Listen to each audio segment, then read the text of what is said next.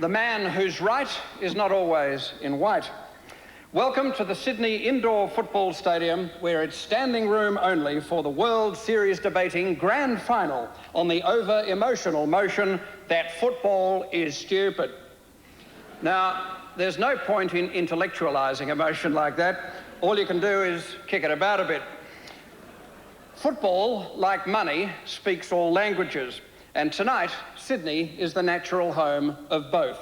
As John Singleton so eloquently expressed it, anyone who doesn't watch rugby league is not a real person.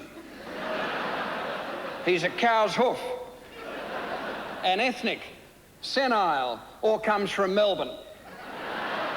For this evening's game, we've got the lot.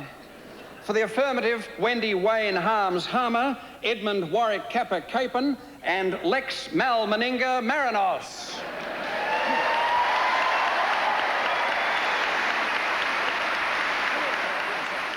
Settle down, HG. And for the negative, HG Immortal Nelson, Laurie.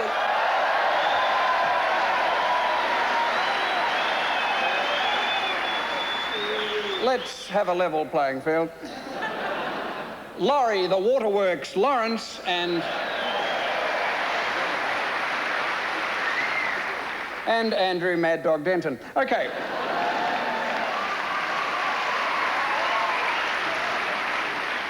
A smattering of applause, that's the idea. To mix metaphors, football has had a long innings. The earliest evidence of a game that featured two opposing teams kicking, tossing, and aggressively advancing a ball in opposite directions was found in an ancient Egyptian fertility rite. Thus, scoring a try has become synonymous with trying to score. And kicking a behind is doing it the wrong way altogether. So let's get serious. Her football career is as long as a piece of string.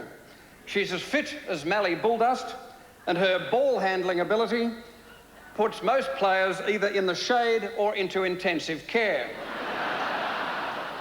To kick off the case for the affirmative, arguing that football is stupid, Captain Wendy Harmer.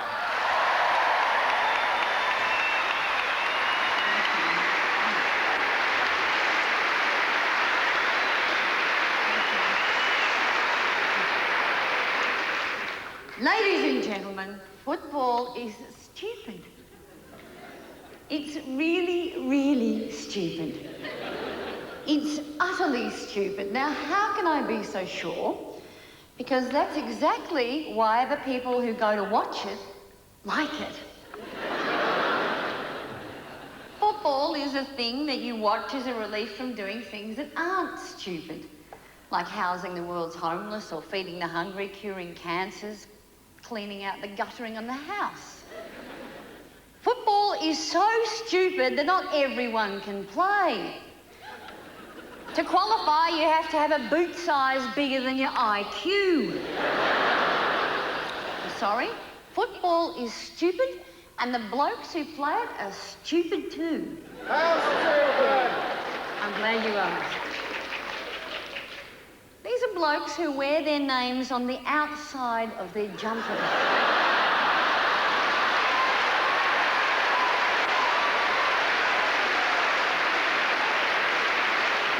And they're so inbred, there seem to be about two families who play, the Tooheys and the Winfields.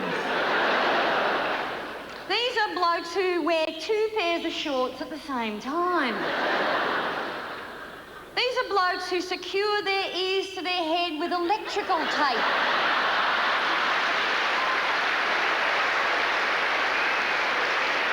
Now, in what other pursuit do you have to do that? I mean, apart from oral sex.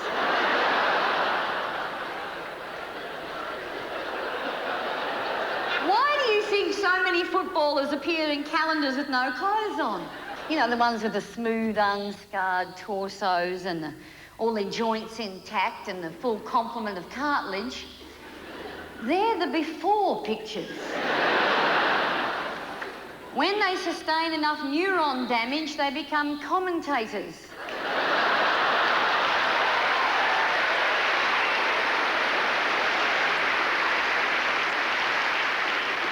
I'd like to share with you a few gems from football commentators collected by Melbourne journalist Lawrence Money for his Boot in Mouth series. From Drew Morfitt, you could count Libber's kicks on one hand. He's had 7.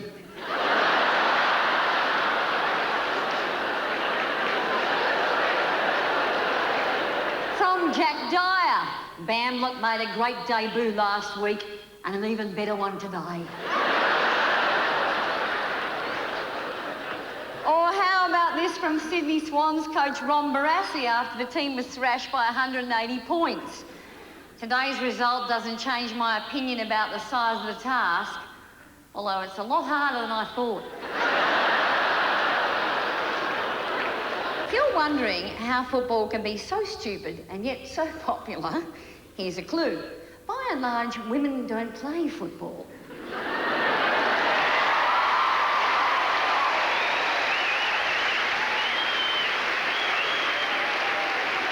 The few that do get to 15 years old realise it's stupid and then they stop. There are some women who like to watch, I will admit. Modern-day Madame Lafarge is furiously knitting as the boys get hauled off to the guillotine. I mean, where do you think all those scarves come from? Or maybe these are just women who like to watch natural selection in action. The survival of the thickest. Do you know what men are thinking when they watch football? I'll tell you what they're thinking. Nothing. There are a million synapses in the human brain. They're using 3. Run, pass, thump. No, maybe 4. Beer. At least when women watch football, they're thinking, nice bum.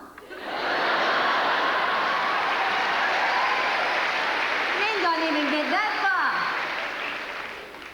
There are a lot of things football is not. I'd like to go through them. Firstly, football is not art. Members of the Heidelberg School were not carted off with torn hammies and groin strain after a weekend of sketching in the Australian bush. Secondly, football is not a science, although I will admit the game has given a few Queenslanders a nodding acquaintance with physics. You know, calculating the weight, the volume, and probable trajectory of a tinny over a given distance, you know, that kind of thing. And also, as Australians, we've learnt a lot about the physiology of the groin. I don't know why we just don't have National Groin Awareness Week. Kids standing around on street corners with tins going, give to Ricky Stewart's groin. And thirdly, as a religion, football owes more to the Jonestown Massacre than it does to any of the tenets of the world's great spiritual beliefs. In the Hindu religion, when you're reincarnated, you don't come back in the reserves. Judas was never described as a nuggety halfback who took out Jesus behind play.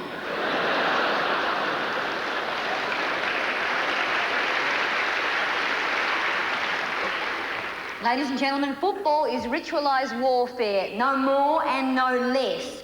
Football is a mindless, violent, ugly game with all the subtlety of 2 small goods trucks colliding in a back paddock in the middle of winter. Yes, ladies and gentlemen, football is stupid, and that is precisely why so many Australians love it. Thank you.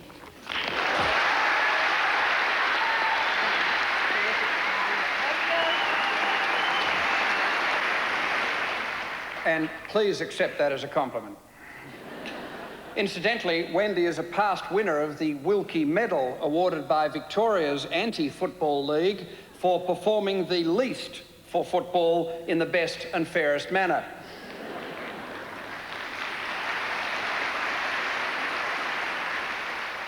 H.G. Nelson, on the other hand, is quite simply the worst and dirtiest who hasn't yet been caught. To quote the Daily Telegraph Mirror, this nuggety, no-nonsense, dinky-die pretension cruncher has a tongue like a bullocky's lash and a finger made for ramming public bar formica when the blues blow wild and free. H.G. Nelson, man or myth? He could be both. He came out of nowhere and he's heading the same way. To seize the initiative for the negative, that football is not stupid, H.G. Nelson.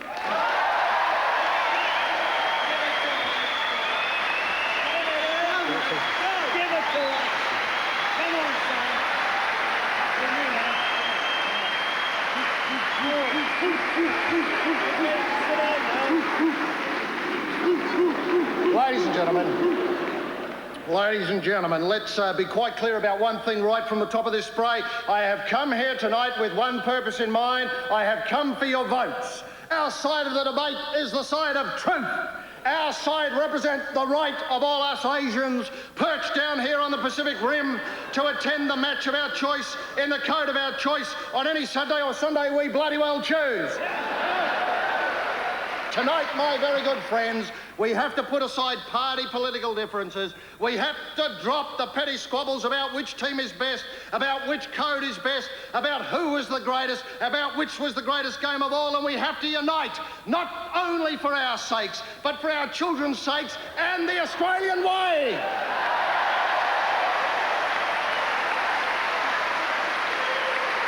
Let me introduce my fellow team members who have their shoulders to the wheel for the Australian way here tonight. Kicking with the breeze in the second quarter in the number 2 jumper is Laurie Lawrence, a man who once described one of his charges as tough as bird poo on the car roof. Laurie was obviously talking about himself. My very good friends, Laurie has pulled on the big shorts, he's pulled on the boots, he's felt the arousal when he's pulled on the big jumper, he's hit it with a cold spoon and run out and played 80 minutes of gut-wrenching football.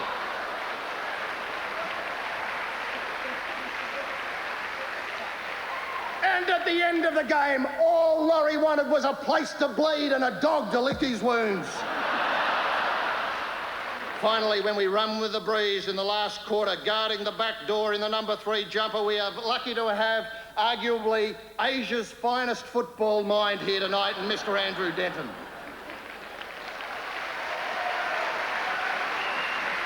Now, in the top of the dig, we on the side of good in this debate need to set the tone. We need to open a roadmap so as we can see where we're going over the next 50 minutes. Stupid appears to be the bone of contention here tonight. I went to the Macquarie Dictionary. I found that stupid has 4 possible meanings. The Macca Book of Words describes stupidity as A, lacking ordinary activity and keenness of mind, B, characterised by, indicative of, or proceeding from mental dullness, C, tediously dull and uninteresting, D, in a state of stupor. And I ask you to remember these because I will be calling on your knowledge of these in a few moments' time. My very good friends, things in life, there are some things in life that are obviously stupid. We don't dispute this. For instance, and I know Laurie won't mind me using this example, take competitive swimming. Now, there is a stupid activity. Everyone agrees. Everyone agrees that getting up very early in the morning, braving the cold midwinter pool, diving in down the deep end, swimming up and down, following a black line on the bottom, wasting the best years of your life urged on by an over-enthusiastic coach on some mindless quest for pan-packed gold.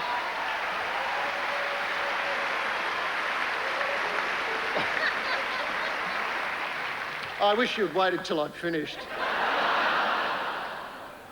People enjoy football, ladies and gentlemen, because it enables them to do what the great gurus and spiritual leaders say is the trick of life itself. Football forces us to live in the present. For a couple of hours while your team goes round, the troubles of the week are forgotten. The dodgy muffler can fall off the car. The leaves, as Wendy points out, can remain in the gutter. The bank manager can rot in hell at least until the final siren. And Adriana Xanades could appear nude on the Wheel of Fortune and no one would give a bugger.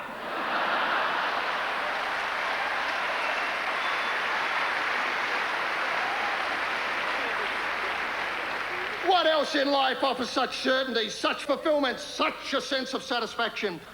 But I don't want to stop there tonight, ladies and gentlemen. I want to tender 2 artworks in evidence tonight Firstly, this magnificent snap of a Canterbury Bankstown Bulldog in action.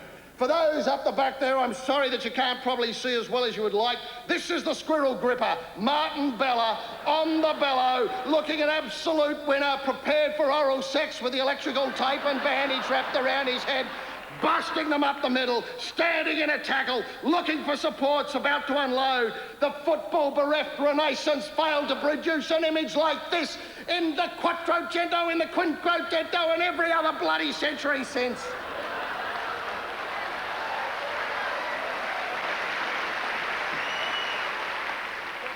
Ladies and gentlemen, I now move to my second exhibit.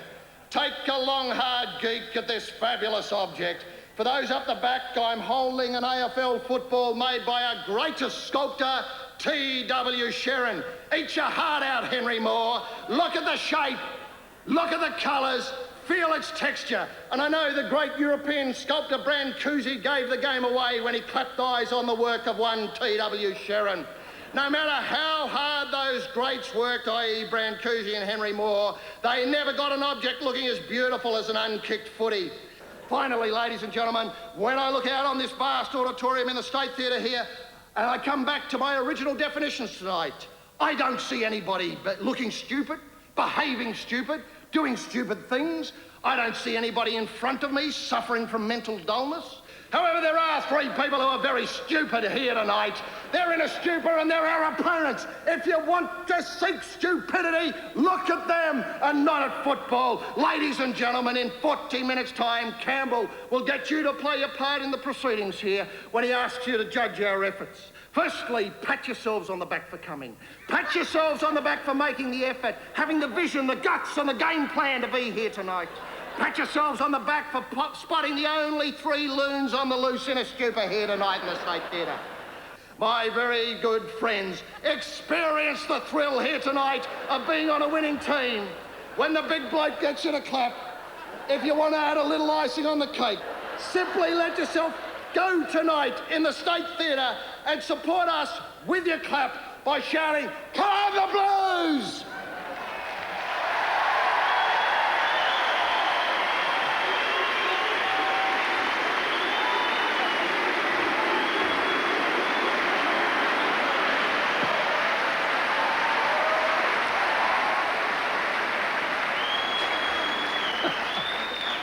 A sensational moment here at the stadium. As Rex Mossa put it, I don't want to sound incredulous, but I just can't believe it. And that goes double for our next player.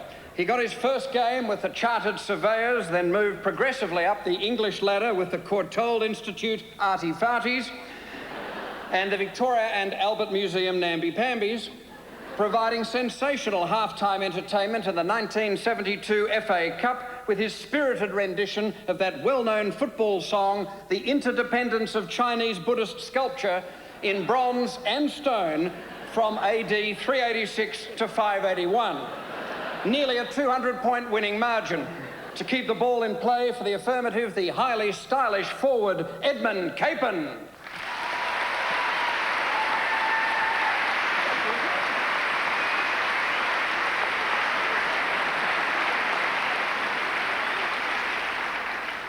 What a diatribe. Why don't we all hurl ourselves on XG and shut the bugger up? I actually don't know what the hell we're doing here. I mean, the idea that football is stupid, of course it's stupid. Everybody knows that. It's absolutely bloody mindless. Throwing Christians to the lions, bungee jumping, watching Michael Jackson and listening politicians are all pretty stupid ways of passing the time. And it's all entertainment fodder for those dunderheads, the moribund masses who watch footy. What we don't realise is that out there on the turf, in each one of those hordes of boneheads, marauding ankle biters, there once lurked a human being. Think, instead of all those platoons of sweaty stumps, we could have had another nation of smoke-ridden, largely pissed, dissolute, creative spirits hanging around pubs and coffee bars and we'd be well on our way to achieving a real cultural identity. Just think of the great opportunities we've missed by sending the geniuses of tomorrow off out onto the playing fields. Look at the geniuses we've lost. There's old David Campese, the zip-zip man. You know, he could have knocked off a couple of Jackson Pollocks for the country and saved us $1 million. And Mr. Brereton, the man who can do anything. This prematurely terminated genius, he had 6 operas, 25 poems, 10 concertos, 2 symphonies and 6 mistresses in him before wee Dermot was hurled off to the footy field and all those wonderful moments squeezed out of him by the nut crunchers at the AFL. And, as H.G. said, Martin the squirrel gripper, Bella, a talent nipped at the very moment of bloom, accorded the nickname that is the highest accolade for those who achieve greatness in squeezing furry appendages. Bella the beautiful, reduced from his true mission in life, that was to express his creative and human passions in lying around in Arcadian bliss, to serving a sentence of scrumming it with a lot of beastly hoodlums. What a come down for our cultural horizons. And the list goes on. Buttock Sirenen, sniffing the mud instead of manipulating Michelangelo. Kappa, Tuvi, Meninga, singers of renown. Reduced to venting their deep emotive powers and vocal talents to ear-chewing abuse, preferably in words of one syllable.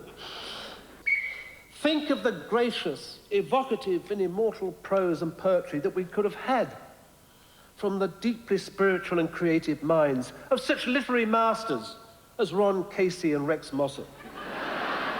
Great aesthetes cut off from their true role as sensitive commentators on the human condition. We can't afford to allow the great intellectual and cultural potential of this country to be chewed and screwed on the footy field. We'll close them all down and get on with the real business of life, having a good lie down. We've got to cast aside this notion of being a nation of footy fans. Just look at the image. Just look at that television advert for the league. It says it all.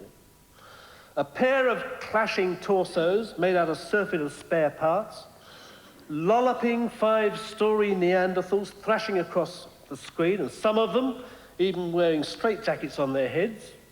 And then the quintessential footy fan of all, Ms. Turner. She with the battery-operated hair,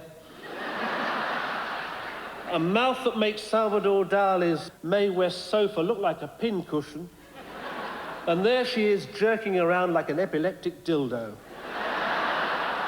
Is this the image of the clever country?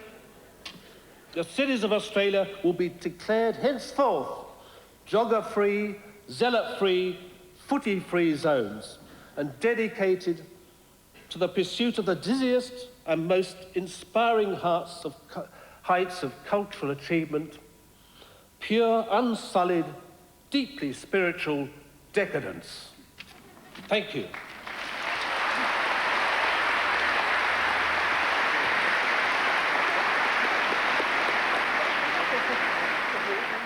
Thank you, Edmund.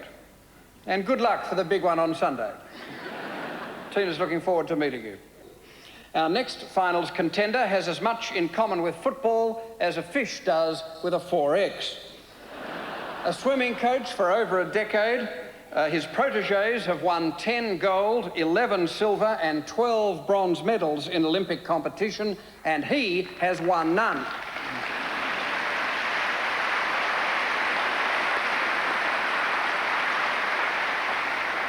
Not to worry, there's always lots of loot in Atlanta for Lawrence of Australia to run with the ball for the negative, Laurie Lawrence.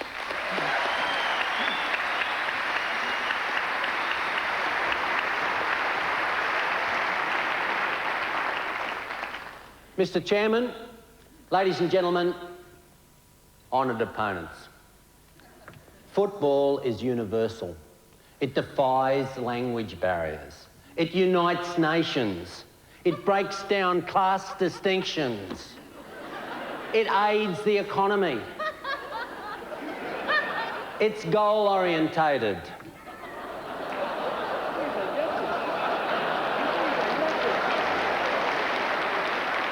It's cerebral. And more importantly, as Wendy indicated, it gives women a chance to perv openly and publicly. Wendy, get out. Get yourself down to the football. Hear the roar of the crowd. Taste the meat pies and the hot dogs. See the dust and blood and sweat, and you'll find it quite orgasmic. Edmund, you should get yourself down to the footy.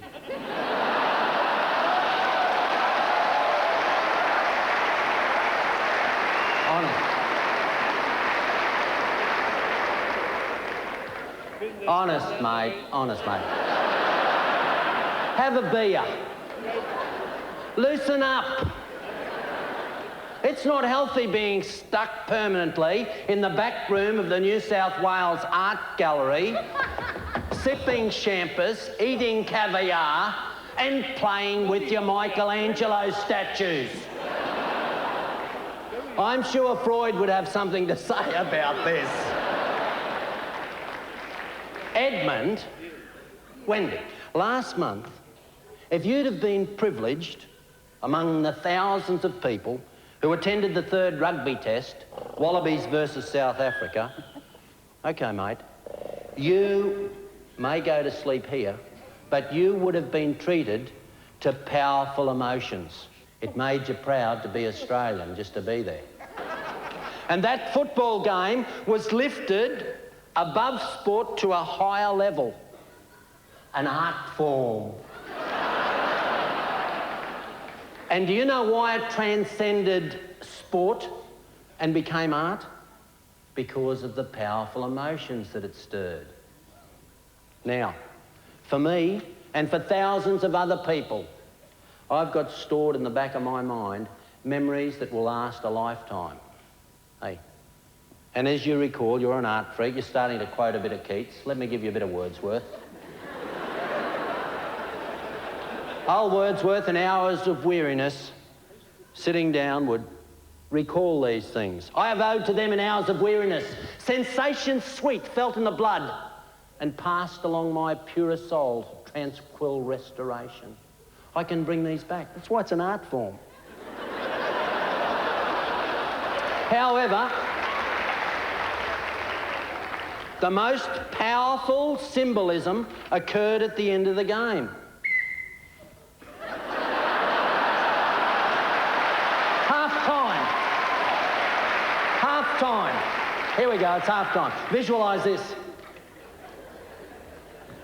The final whistle blows.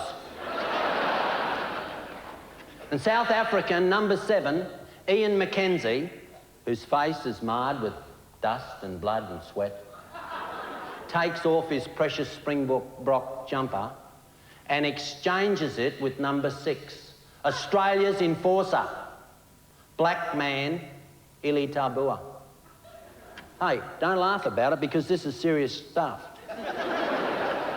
In that one symbolic exchange, Ian McKenzie did more to heal rifts and break down apartheid than any 20 politicians in his strife-torn country have done in the last 20 years. And what about more tangible gifts? The beautiful Winfield Cup. This is what football has contributed to the art world. Hey, it's not for sale, of course, Edmund. The only way you could acquire it is put a team in the Winfield Cup. And that's not a bad idea. Can you imagine the crowds pouring into the art gallery to see the Winfield Cup? Wouldn't it be great to see big crowds at the art gallery?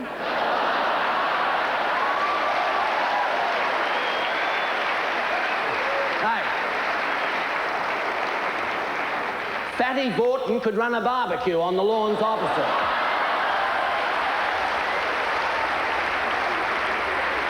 And finally, just to celebrate this auspicious occasion, I've taken the time to pen a poem, Ode to Football. I'd like to share it with you this evening.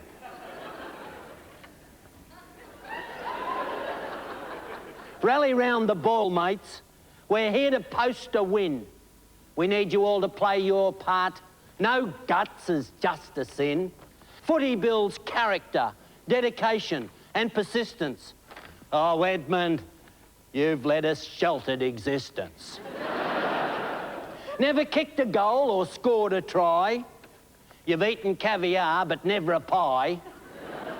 Let me turn to you now, Wendy. I can see you as a rugby trendy. Next year, get a season ticket and tell the ref to go and stick it.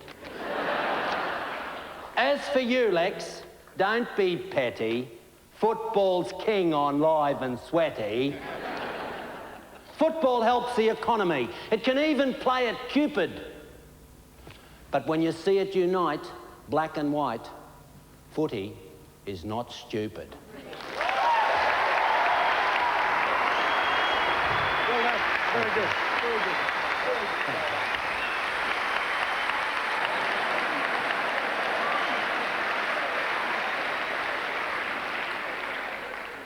Victorian commentator Lou Kiss of Death Richards once came out with this.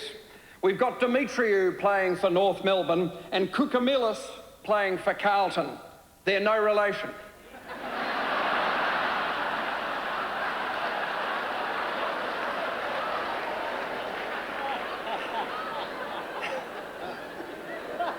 Ridiculous. There's certainly no relation of Lex Marinos, who freely admits he has not only no relations, but no friends as well. He grew up in Wagga and behaved accordingly. Playing every code of football in an effort to ingratiate himself with the Australian boys who couldn't stand him. All in all, an ideal person to argue that football is stupid. Number 3 for the affirmative team, Lex Marinos.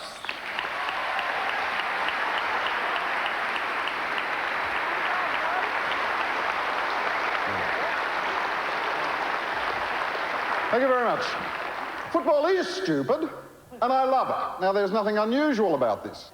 A lot of the things I love are stupid. If you'd seen my family, you'd know exactly what I mean. To understand why football is so stupid, we need to look a little bit at its origins to get the overview. Like most things, it was invented by my ancestors.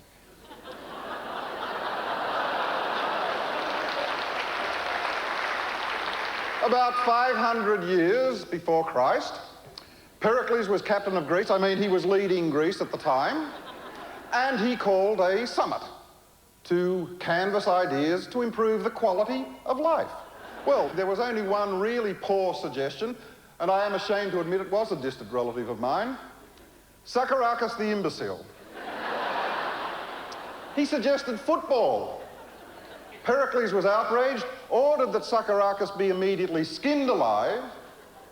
His flesh and vital organs melted down, his bones pulped, and then the remains all pulped together, put back in the skin, and for this to be kicked around the placa, which is a very painful place to be kicked,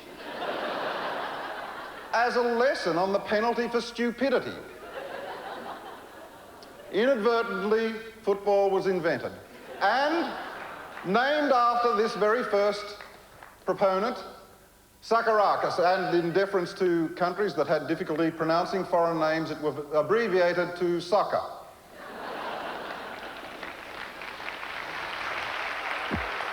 It took a while, but we got there. Now, soccer is played by 11 men on each side. 11 superbly athletic, inventive, creative, invariably handsome men. Think of the complete antithesis to the English cricket team and you'll get the idea. Now, the object of the game is to kick the ball into the back of the net. Simple. No one is allowed to handle the ball, except for one person on each side who is allowed to pick up the ball as a consolation prize for having the worst dress sense. Now, the only other way, when the ball's on the ground, that's fine, but when the ball's in the air, it gets very tricky, because the only other way to propel the ball is by using your head. You headbutt the ball.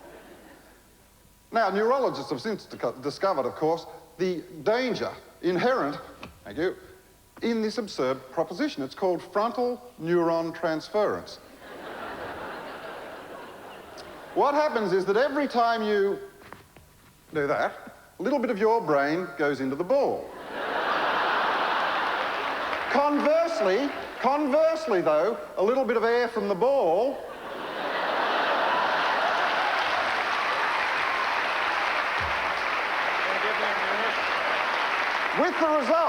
with the result that, of course, as the game goes on, the ball becomes progressively smarter and the players progressively more stupid. So that you can spend 90 grueling minutes and end up with a scoreline that reads 0-0. The next code of football was invented at that hotbed of English radicalism, Rugby College.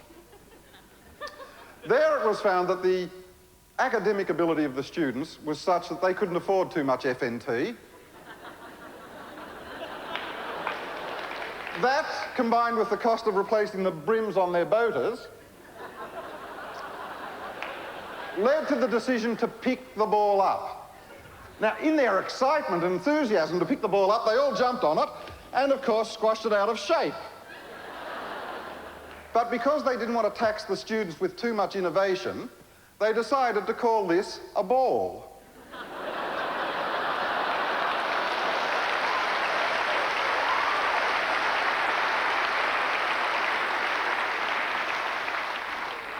Rugby union is played by teams of 15, 8 of whom come direct from Jurassic Park. They're big and slow and thick in every sense of the word. They introduced some cultural variation in this by each country adopting a national dance. So the Australians, of course, do the stomp. The New Zealanders do the haka, where they point to each one of their limbs with which they're about to hit you.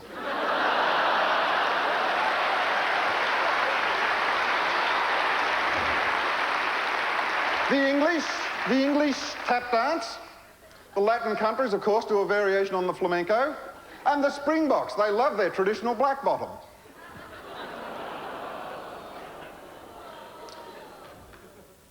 They play this for love, not for money. Although there is a compensation. After 500 games, they automatically qualify to become solicitors. So, this could explain how the legal profession has gained the current reputation it enjoys. Australia, of course, has invented its own code of football, Australian rules. It's called Australian rules because none of the founders could spell Rafferty's.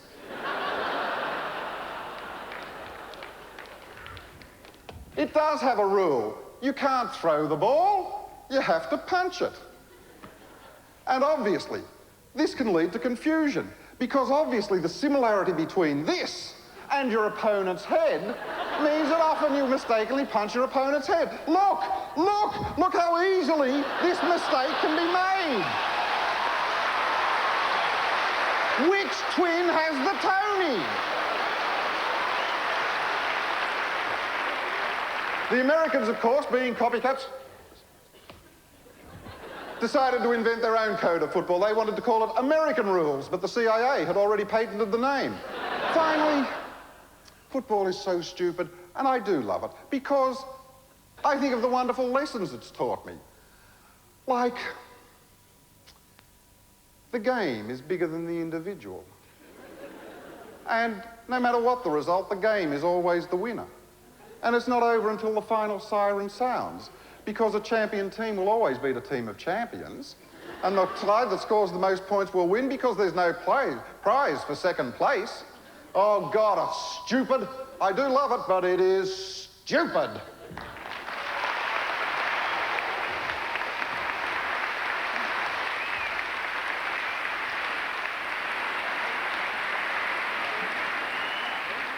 We love you too, Lex. And now, the veteran raw recruit you've all been waiting for. The plucky little player who gave up playing with the big boys to concentrate on playing with himself. First in courage, guts and determination, and last out onto the field. Never has a shower after the game because he can't reach the taps. Number 3 for the negative team, Andrew Denton.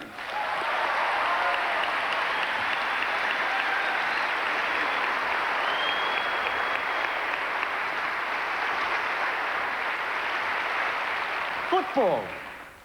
A game apparently so stupid that Dan Quayle himself could have mastered it. And yet one which somehow is completely beyond the comprehension of these 3 wise people here. Let me help you. Not by explaining what football is, but by telling you what it offers. Football offers us a chance at a better society. It makes the world a far less dangerous place than it might already be. Think about it.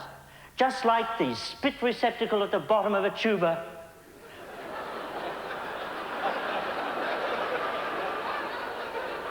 football is the place where much of society's excess testosterone gathers. Without this safety valve, people like Rex Mossop and Ted Whitten would still be able to walk the streets, but with all their faculties intact. They would still say appalling things, but they would know what they're saying. Football offers us courage. I will never forget when Johnny Sattler gave the winning speech after the 1970 grand final, despite the pain of a broken jaw. His words, forced through that shattered face, remain an inspiration today, and I quote,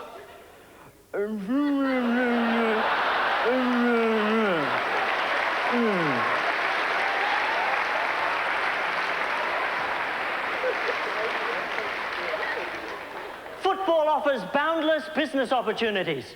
Look at young Andrew Eddinghausen. When he joined the game, his penis was probably only worth $20 or $30. Now, thanks to football, it's worth $350,000.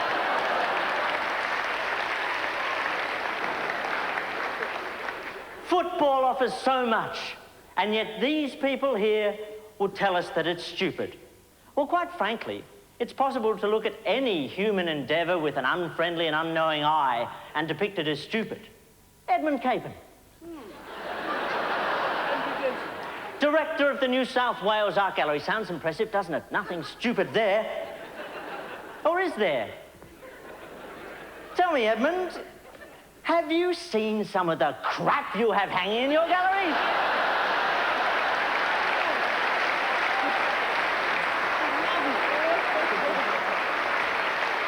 30 by 20-foot canvases painted red with a black splotch in the middle and called Apotheosis, General Belgrano's Revenge. What about Lex Marinos? Lex is an actor. Most recently seen as Mahmoud in Embassy.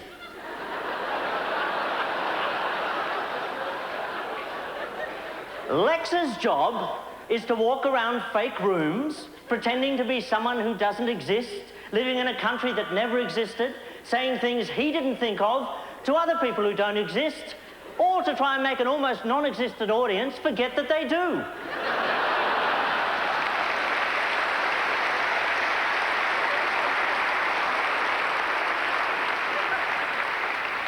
Stupid? Quite possibly, but wait, there's more. Take Wendy. Wendy's job is as a breakfast DJ on Today FM, along with Agro, Australia's greatest self-promoting lint filter.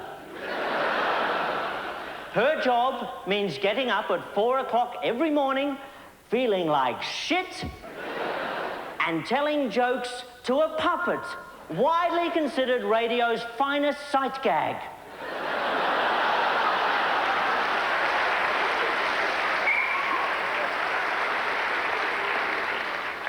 Stupid, you bet. But these people here would defend what they do by saying, well, it requires dignity and intelligence and skill. Anybody who said otherwise is clearly ignorant. And quite right, too. You see, stupid is not a definition. It's an attitude. And quite frankly, I find your attitude revoltingly ruling class. Look at you, a sneering bunch of killjoys, dismissing the simple pleasures of the proletariat with that age-old intellectual diatribe. Oh, it's stupid.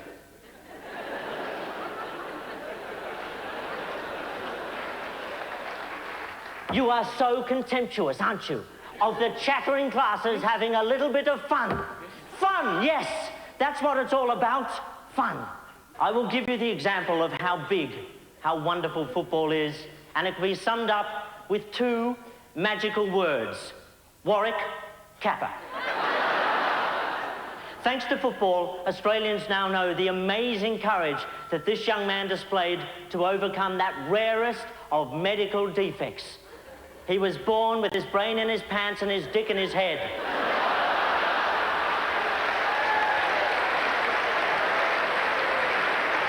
Now,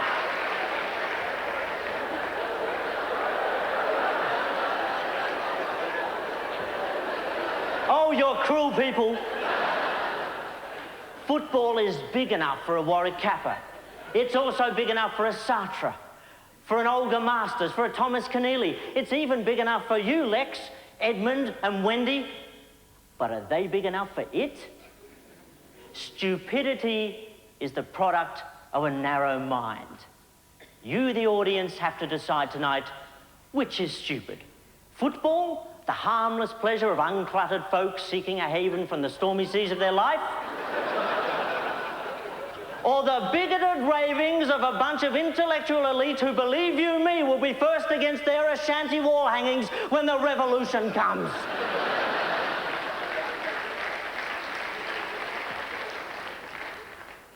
I trust you will judge well.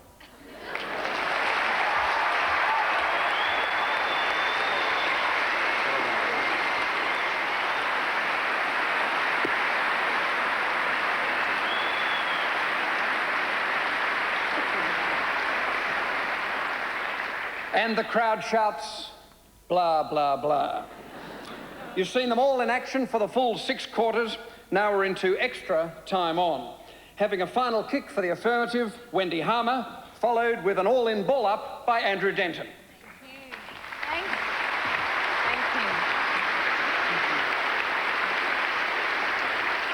you. Well, it was very interesting for me to sit there and note tonight that our opponents, time and time again, had to retreat into the realm of the arts to give their sport, their stupid football, some kind of credibility. It's art, they said. It's poetry. All right, everyone, let's join in that old famous football song, Up There, Vivaldi. Remember that one?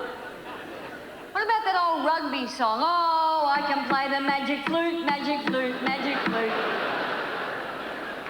Or how about poetry? Here we go, here we go, here we go. Here we go, here we go, here we go.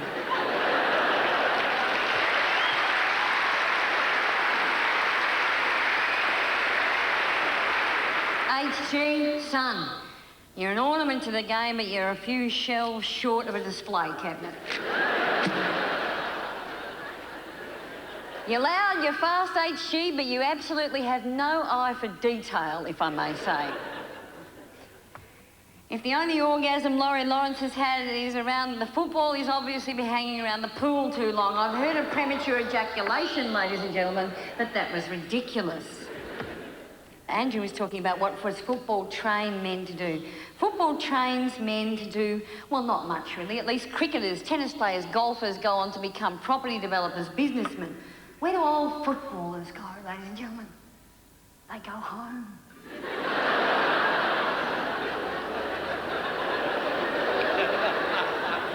Or they own a pub, which is sort of the same thing, really.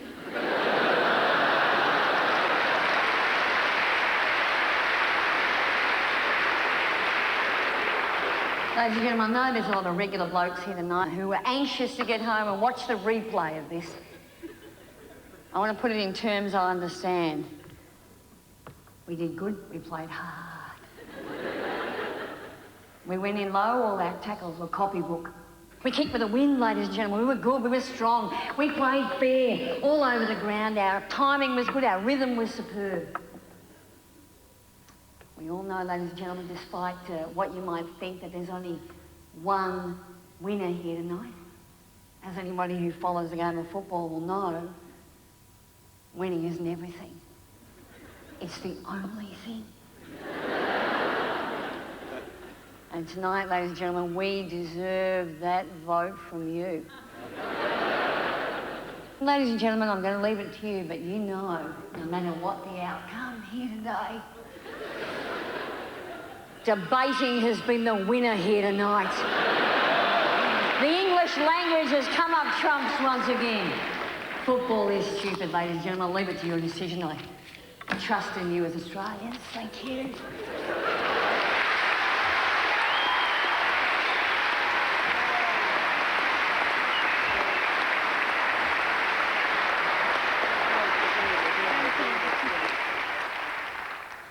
Here we go. Wendy said that football players are so stupid, they wear their names on the outside of their jumpers. Yes, but how stupid does it make you, Wendy? You wear other people's names on the outside of jumpers. Lacoste, Reiss, Louis Vuitton. But stupidity is not confined to football, as Edmund has demonstrated. You said that art is not as barbaric as football. Really? I've never heard of a footballer cutting off his own ear.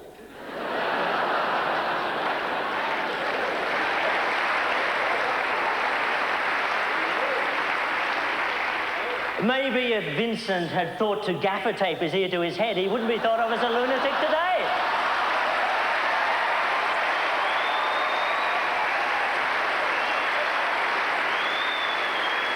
And Edmund.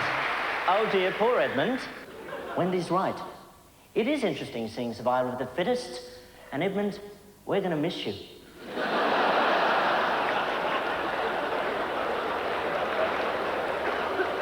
And then we had Lex. Beware of Greeks bearing the gift of gab. Your whole spiel was a low act, Mr. Marinos. You're happy here in Australia now, aren't you? You're off the boat. You've made your way, and now you want to pull the rug out from all your struggling ethnic brethren who are trying to get a foothold, eh? Sorry, Ned Zelich. Sorry, David Campese. Sorry, Alan Jakovic. You're just too stupid. No, Lex, no. You're just jealous. That's because nobody ever rided over your role as what's-his-name in Kingswood country. Nobody ever gave a rat's ass, and you're still burning. So let's get down to it. This weekend is grand final time. That's right. The liniment is imminent, and the tournament of the sacrament of the disfigurement of the ligament is upon us.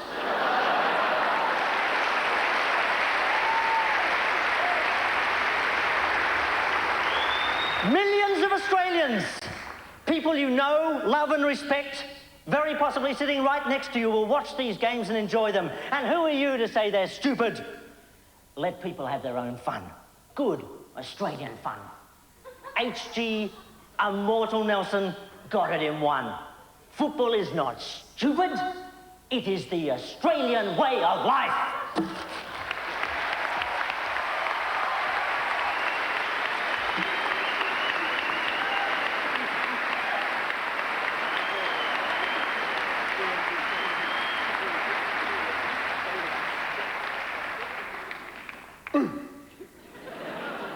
So much for the game. Let's check the scoreboard. Those in favour of the motion that football is stupid, on the count of three, shout hooray. 1, 2, 3. Yes, all right, thank you. And those against the motion, those who would argue that football is not stupid, on the count of three, shout hooray. 1, 2, 3. The very narrowest of margins, the negative has it.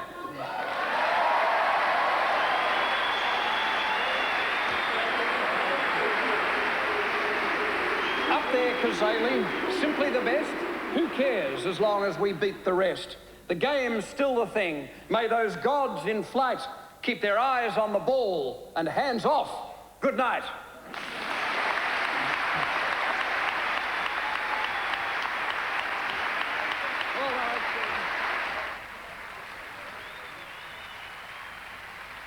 Is television bad for you? Find out next Monday when Andrew and Wendy are joined by The Late Show's Judith Lucy, Jonathan Biggins and Joan Kerner for an hilarious edition of World Series Debating next Monday night at 8:30. Shortly, the new series of Absolutely Fabulous.